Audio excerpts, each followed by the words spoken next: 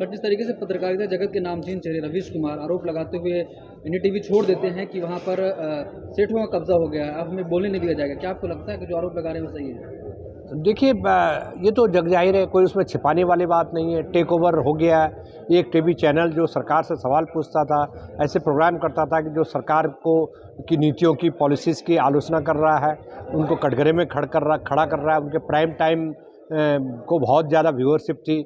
मतलब ये था कि जो प्राइम टाइम की जो व्यूअरशिप थी, बाकी टीवी चैनल में उस समय ऐड नहीं आता था। सारा ऐड जो है प्राइम टाइम को डाइवर्ट हो जाता था। तो ऐसी स्थिति में मतलब एक पत्रकार को, ऐसी सरकार और ऐसी व्यवस्था है कि एक पत्रकार को कैसे नौकरी से निकालने का इंतजाम किया जाए, क्योंकि उनको उनको चाहिए वोट। उनको लगता है कि वोट लेने के लिए जो लोग उसमें बाधा बन रहे हैं, बैरियर बन रहे हैं, जो उसमें ब्रेक डाल रहे हैं, जो बाधाएं खड़ी कर रहे हैं, उन लोगों को किसी न किसी तरह से सिस्टम से बाहर किया जाए। वही उन्होंने किया। और किस तरह से, जिसको कहते हैं हॉस्टाइल टेक ओवर कहते हैं इसको, कि आपने एक जाल बुन करके आपने एक कंपनी, आपको पता है ये कंपनी टेक ओवर, ये इसके शेयर खरीदे हुए हैं, एनडीटीवी के शेयर इन्होंने खरीदे हुए हैं। आपने ऐसा जाल बिछाया कि उस कंपनी को एकदम टेक ओवर कर लिया। टेक ओवर करने के बाद आप जो भीतर घुस गए, और जो पॉलिसीज़ थी, जिन पॉलिसीज़ के आधार पर एनडीटीवी सरकार से सवाल पूछता था, उन पॉलिसीज़ को आपने कैप्चर कर लिया। और ये तो ऐसी बात होगी कि आप अंडे नहीं खाना चाहते, आपने पूरी मुर्गी को ही ख़त्म कर दिया। तो you want to kill the मुर्गी। तो उसको कहते हैं कि आप जो है मैसेंजर है। अब पत्रकारों को क्यों टारगेट किया जा रहा है? यूट्यूब चैनल के पत्रकारों को क्यों टारगेट किया जा रहा है? डिजिटल मीडिया के पत्रकारों को क्यों टारगेट किया जा रहा है? क्योंकि वो सवाल पूछ रहे हैं, ऐसे सवाल पूछ रहे हैं, ऐसे सवाल उठा रहे हैं जिनका जवाब सरकार के पास नहीं है। सर, आखिरी सवाल, तो इस दौर में क्या करना होगा जब सेठों का कब्जा हो जा रहा है मेन स्ट्रीम मीडिया पर, तो फिर कैसे जनता की? देखिए, इस देश में जिन्होंने इनको वोट दिया है, ये अपने आप तो पावर में बैठे नहीं हैं। इनको जनता ने वोट देकर पावर में बिठाया है।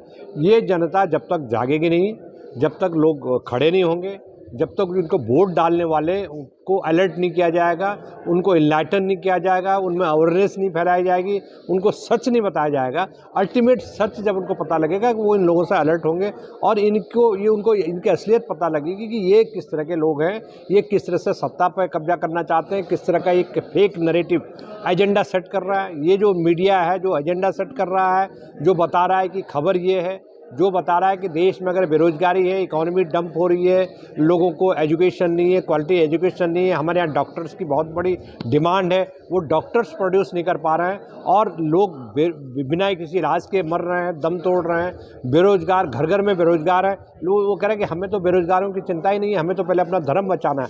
तो जब आप इस तरह की पॉलिटिक्स करेंगे, जो रिलीजन जिसका बेस है, कास्ट जिसका बेस है, धर्म के आधार पर जो एजेंडा सेट जो टीवी चैनल कर रहे हैं, मुझे लग रहा है कि उसके प्रति लोगों को अलर्ट करना पड़ेगा, जागरूक करना पड़ेगा। अगर ये जागरूक नहीं होंगे तो इसी तरह का राज होगा कि जो पूरी जो सिस्टम है, वो सिस्टम इसीलिए होगा कि भाई अब पावर आ गई, पावर से आप एक्सप्लॉइट कीजिए 5 साल तक, 5 साल 6 महीने बाद आप कुछ और काम कीजिए, फिर आप पावर अर्न कीजिए, और पावर अर्न करके उसका जो अपने जो वेस्टेड इंटरेस्ट है, देश के जो नकारा लोग हैं, नाकाबिल लोग हैं, उन लोगों को आप इम्पोर्टेंट पोजीशन पे बिठाएं। और दूसरी ये करें कि जो कॉन्स्टिट्यूशनल जो बॉडीज़ हैं, चाहे वो पार्लियामेंट है, चाहे जुडिशरी हो, चाहे वो आपकी कार्यपालिका है, जो हमारी एग्जीक्यूटिव्स है, उन सब को कैप्चर करके वहाँ ऐसे लोगों को बिठा दें जो आपके वेस्टेड इंटरेस्ट को सर्व करें। तो पूरी पॉलिटिक्स उधर जा रही है। जी सर, भारत दुनिया का सबसे बड़ा लोकतांत्रिक देश है, लेकिन यहाँ दिन ब दिन जो पत्रकारिता का स्तर वो गिरता जा रहा है। अब प्रेस क्लब ऑफ इंडिया के अध्यक्ष है, इस नाते